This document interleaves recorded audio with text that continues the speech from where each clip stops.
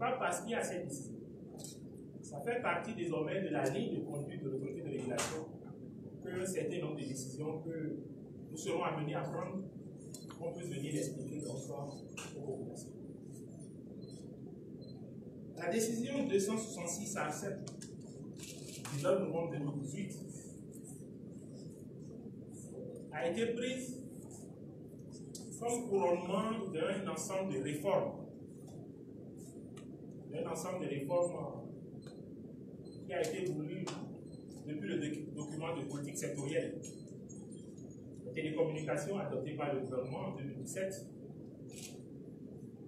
D'un ensemble de diagnostics du secteur qui a été évoqué à plusieurs moments par l'autorité de régulation dans ces documents, notamment les rapports d'activité.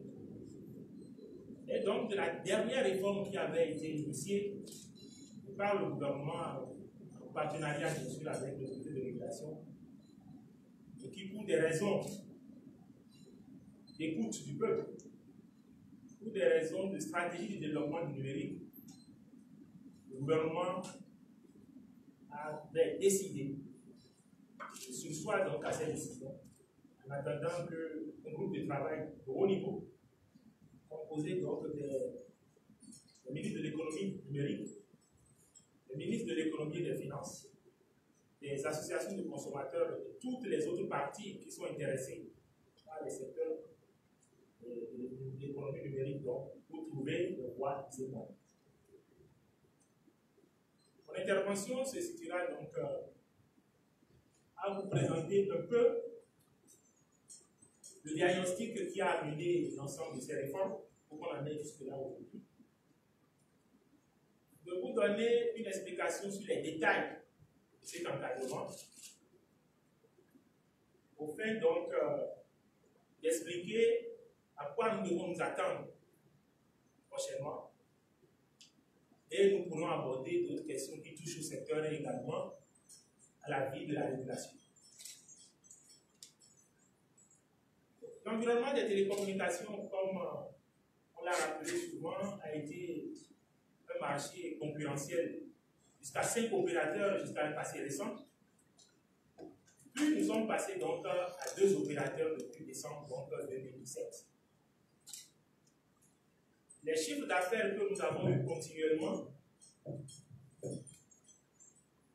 ont évolué jusqu'à l'année 2016 pour descendre donc de près de 20% en 2017. Ce résumé substantiel du marché peut donner lieu à des comportements des acteurs. Le premier acteur qui est représenté par les opérateurs se retrouvant dans un duopole, la bagarre devient un peu plus excessive.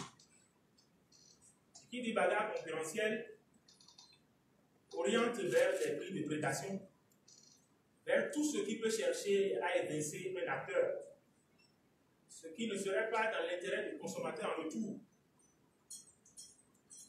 Face donc à ce diagnostic de marché,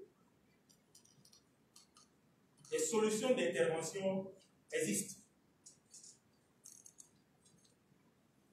Il y a en termes de politique économique pour reprendre la dynamique de marché des politiques de taxation. Cela a été essayé. Qu'ils vous souviennent que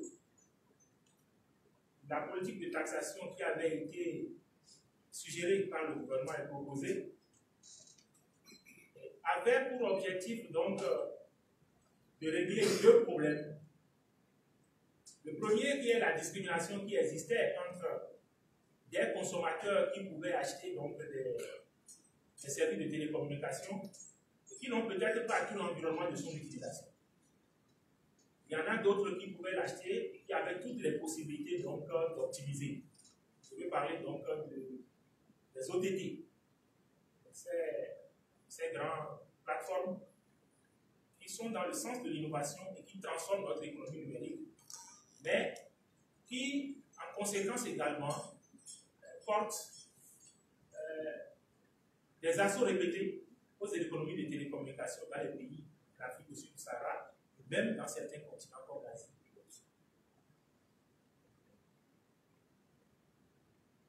pratique de discrimination tarifaire avait été proposée dans l'ancienne réforme.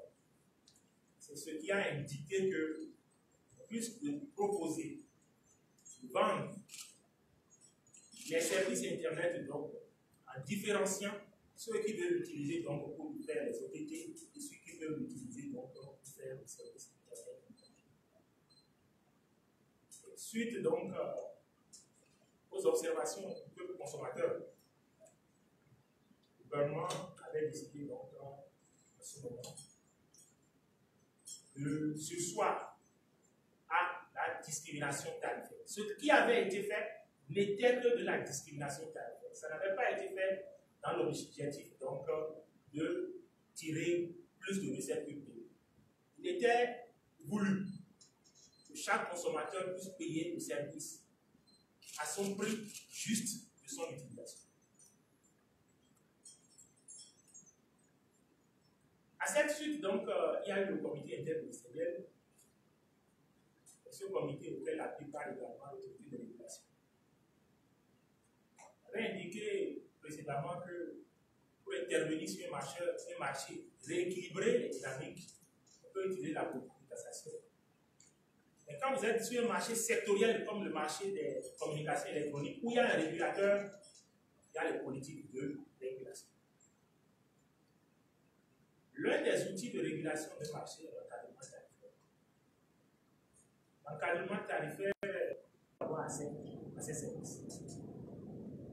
Des prix très bas pouvant créer l'éviction d'acteurs sur le marché.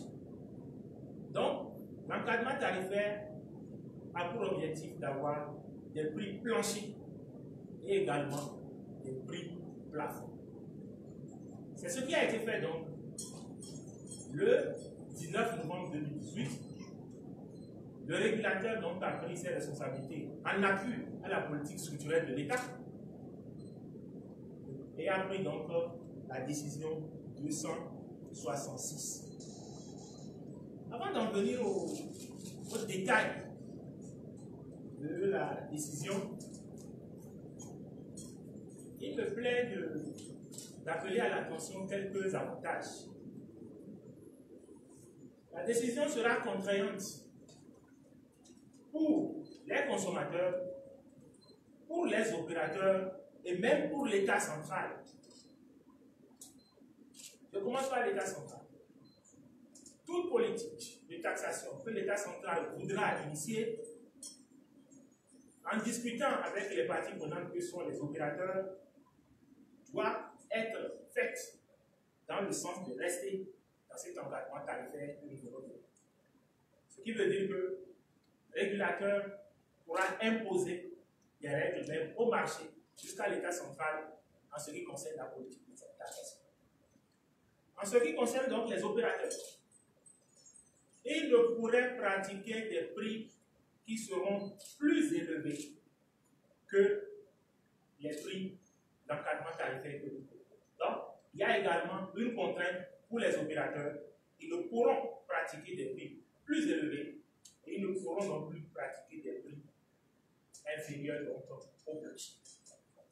Et pour le consommateur, il y aura également sa contrainte que les prix auxquels il aura droit, l'analyse critique des offres de services sur le marché devra être faite en s'inscrivant dans cette réglementation.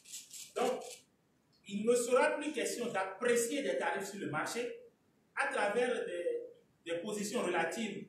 Les tarifs sont élevés, les tarifs sont bas, mais les tarifs seront appréciés dans l'encadrement. Donc, la notion de cherté, qui est une notion relative par rapport à l'approche du budget, serait une notion sociale qui pourrait être discutée avec l'État central dans les mesures sociales, mais la notion de prix élevé ne pourrait plus être abordée donc avec l'opérateur, puisque l'analyse de l'offre, aussi bien pour le consommateur que pour le régulateur, doit s'inscrire dans ce schéma. Donc voilà que le régulateur béninois, vu par le souci de l'équilibre du marché et en toute indépendance, a pris donc cet acte de régulation qui est un acte fort et qui oblige toutes les parties parties donc, prenantes sur ce secteur donc, à respecter. Je ne sais pas si les gens ont la décision 266. Cette décision que j'ai rappelée, qui a été prise le 19 novembre, et que pour des procédures de publication a été rendue publique donc, ce matin. Ça a innové en 3 éléments. Aujourd'hui, nous avons comme base de données profilé l'ensemble des consommateurs en termes de besoins de services de communication.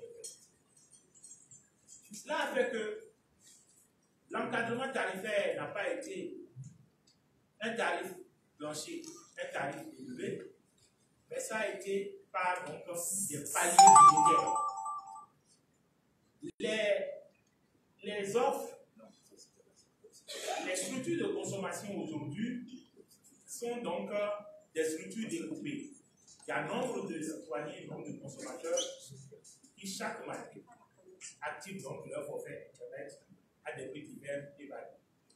Nous en avons tenu compte donc dans cette campagne. Ce qui fait que, en son article 1er de la décision 266, nous avons créé 6 classes d'offres. Ces classes d'offres sont segmentées suivant le budget indiqué. Nous avons des offres de 0 à 500 francs.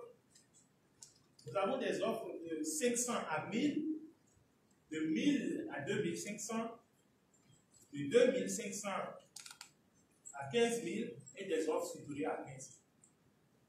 Ce qu'est la nouveauté dans cette segmentation,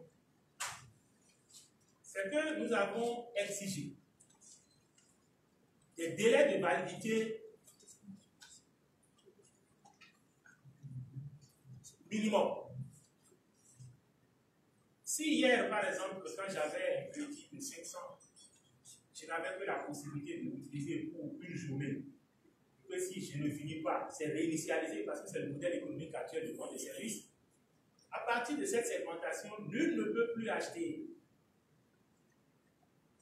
à partir de 500 francs de crédit de services de télécommunication sans bénéficier d'au moins 48 heures pour son usage. Pourquoi nous sommes venus là?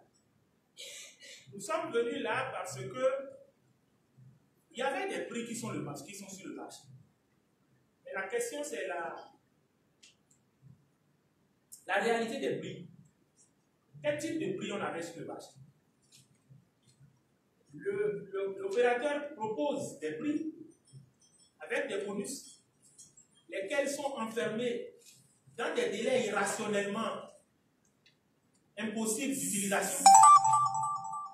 Ce qui fait que on a le sentiment, on a l'impression d'avoir acheté moins cher, on en a acheté pour un peu plus cher. Donc nous voulons la vérité des prix. La vérité des prix avec des quantités accordées. Donc, à partir de 500 francs aujourd'hui, on ne peut donner qu'une validité d'au moins 48 heures pour faire la consommation. Donc, chaque segment a une durée de validité. Donc, nous avons des durées de validité de 1 à 7 jours, de 2 à 7 jours, de 7 à 30 jours et supérieur à 30 jours. Plus le revenu est sûr pour l'opérateur, moins le tarif est élevé pour le consommateur. Nous en avons tenu compte. Aujourd'hui, nous permettons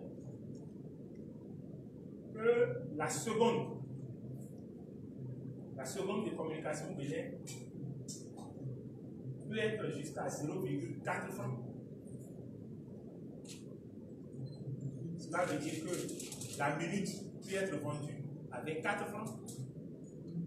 Et au plus, selon les tranches, il y en a au plus à 60 francs, au plus à 55, au plus à 45, au plus même à 32, selon le type d'offre qu'on aurait donc choisi. Cela veut dire que je me reprends. Le prix plancher, en bas duquel on ne peut descendre, est de 0,4 francs la seconde, ce qui fait 24 francs CFA la minute. Et sur l'autre bord, on ne saurait dépasser, suivant cette régulation, 1 franc la seconde, c'est ce qui veut dire 60 francs la minute, et on a 32 francs, 40 francs, 45 francs. Ça, nous sommes sur les forfaits bois.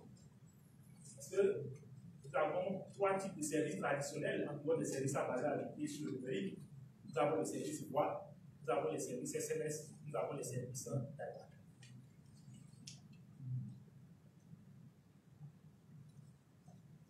Pour les services data, et je pense que c'est la plus grosse préoccupation de la précédente réforme, ce qui était vite évalué, c'est combien coûtait le mot, c'est combien coûtait le giga. Je pense que j'ai déjà eu des retours de la publication où certains internautes ont déjà commencé par calculer les prix planchers, les prix plafonds que nous avons proposés. Et ils ne se sont pas trompés, c'est bien ces prix. Dans cet encadrement, le giga pourrait être à 1200. 500 mots pourraient être à 500, à 600. Et avec donc des délais. Nous avons exigé que, comme on a fait pour le service bois, que également il y ait des délais continus. Nous avons refusé les fractionnements de délais. Nous avons des forfaits entre 0 et 500 qui sont encadrés donc entre 1,2 le mot et 2,7 le mot. Parce que aussi ce qui est, c'est que l'encadrement ne doit pas faire remplacer l'opérateur par le régulateur. Les intervalles sont en fait pour permettre donc aux opérateurs de continuer à faire leur politique concurrentielle. Nous avons fait des intervalles planchers, nous avons un intervalle, nous avons le plancher et le plafond. Et dans cet intervalle, les opérateurs sont libres donc de faire leur déplacement suivant les coûts de production de chacun, suivant la politique commerciale de chacun, suivant ce que chacun pense offrir à ses consommateurs donc, pour les garder. Je pense que la décision c'est prise. L'autre innovation de cet encadrement, c'est ce que nous appelons globalement les bonus. La politique des bonus, si c'est très intéressant pour les opérateurs, parce que ça a un effet psychologique sur nous consommateurs, il y a lieu également que nous, régulateurs, nous nous intéressons à ce que l'effet psychologique ne devienne du dol. Parce qu'il ne faut pas qu'on nous vende plus cher que ce qu'on pense en nous démultipliant, en nous décuplant des forfaits qu'on aurait achetés, en nous proposant d'autres éléments de tarification. Nous disons aujourd'hui que les avantages qui auront été accordés sont considérés comme des avantages réels et devant rentrer en compte donc dans la détermination de tarifs de l'encadrement. Ce qui va se passer, et j'étais en séance avec les opérateurs, ce qui va se passer, c'est que des opérateurs ne pourront plus proposer les 1000%, les 200%, les 300%, parce que l'encadrement tarifaire étant une contrainte pour nous tous, les bonus seront encadrés d'eux-mêmes à l'intérieur de l'encadrement. Donc, vous n'entendrez plus sur le marché des bonus de 200%, 100 francs font 1000 francs. On n'entendra plus ça. Pour que chacun puisse comprendre à quel prix il consomme le service, à quel prix il achète. Pourquoi nous étions obligés d'en venir là? Si on n'a pas la clarté du système de tarification, on ne pourrait non plus faire comparer les prix obtenus des prix qui ont été donc conclus lors de l'achat. Donc ça, c'est l'objectif. L'autre principe que nous avons rappelé, c'est le principe de tarification. C'était un principe fondé par une ancienne décision de l'autorité de régulation, mais qui n'est pas toujours respecté. Quand nous bénéficions de bonus de la part des opérateurs, des fois, les parts de facturation changent. On peut commencer par facturer à la minute, des fois à 15 secondes, 15 secondes, des fois à 30 secondes, 30 secondes. Aujourd'hui, quel que soit ce qui aurait été acheté, et ce qui aurait été donné, le principe de facturation, c'est la seconde. Donc, on doit savoir le prix de la communication à la seconde. On doit savoir le prix de la communication, si c'est un SMS, à l'unité. On doit savoir le prix de la communication, donc, pour mégaoctets de données consommées. Donc, c'est ça l'essentiel de la décision 266. Qu'est-ce que cela implique?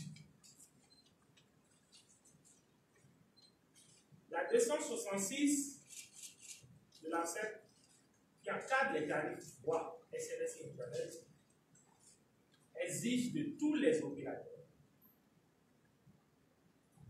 de mettre en conformité ces offres par rapport à cette liste. Ce qui veut dire l'ensemble des offres qui sont le marché. Les opérateurs doivent les faire conformes. Si l'offre est de 100 francs, ça doit avoir son délai de 2 jours. Si l'offre est de 500 francs, ça doit avoir son délai de 2 jours.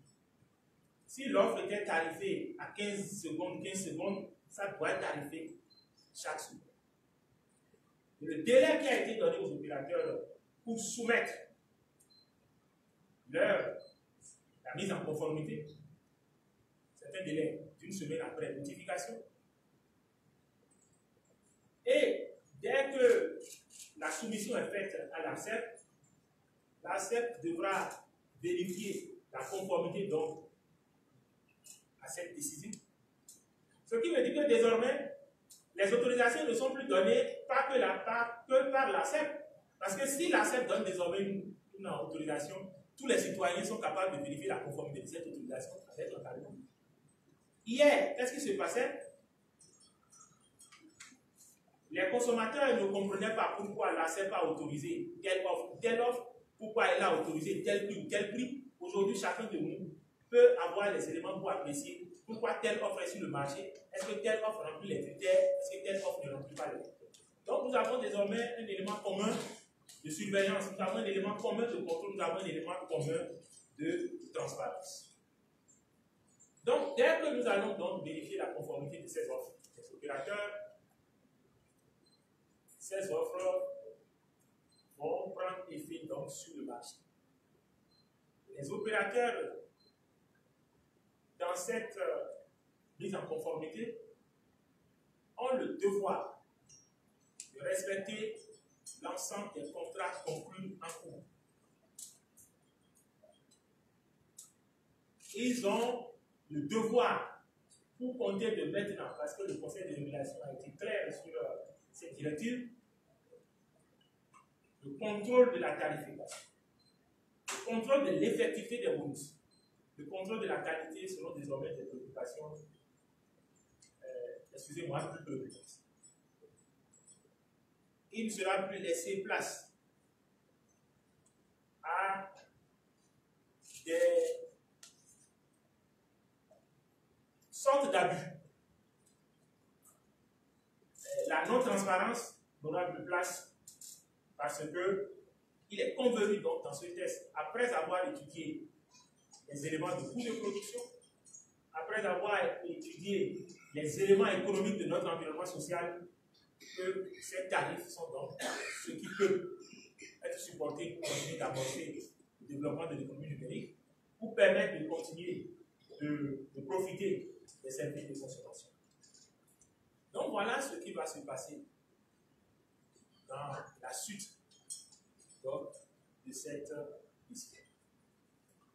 Je m'en voudrais de finir sans appeler les consommateurs et la presse sur la disponibilité de l'autorité de régulation à continuer d'analyser les appréhensions qu'ils auront par rapport aussi bien au test que par rapport à sa mise en œuvre et que nos structures de gestion de plaintes sont dimensionnées en conséquence donc pour que la mise en œuvre de cette décision ne puisse souffrir aucune faiblesse. Je sais qu'il y a encore des préoccupations qui touchent la régulation et nous les aborderons pour comprendre le contexte. Je vous en remercie.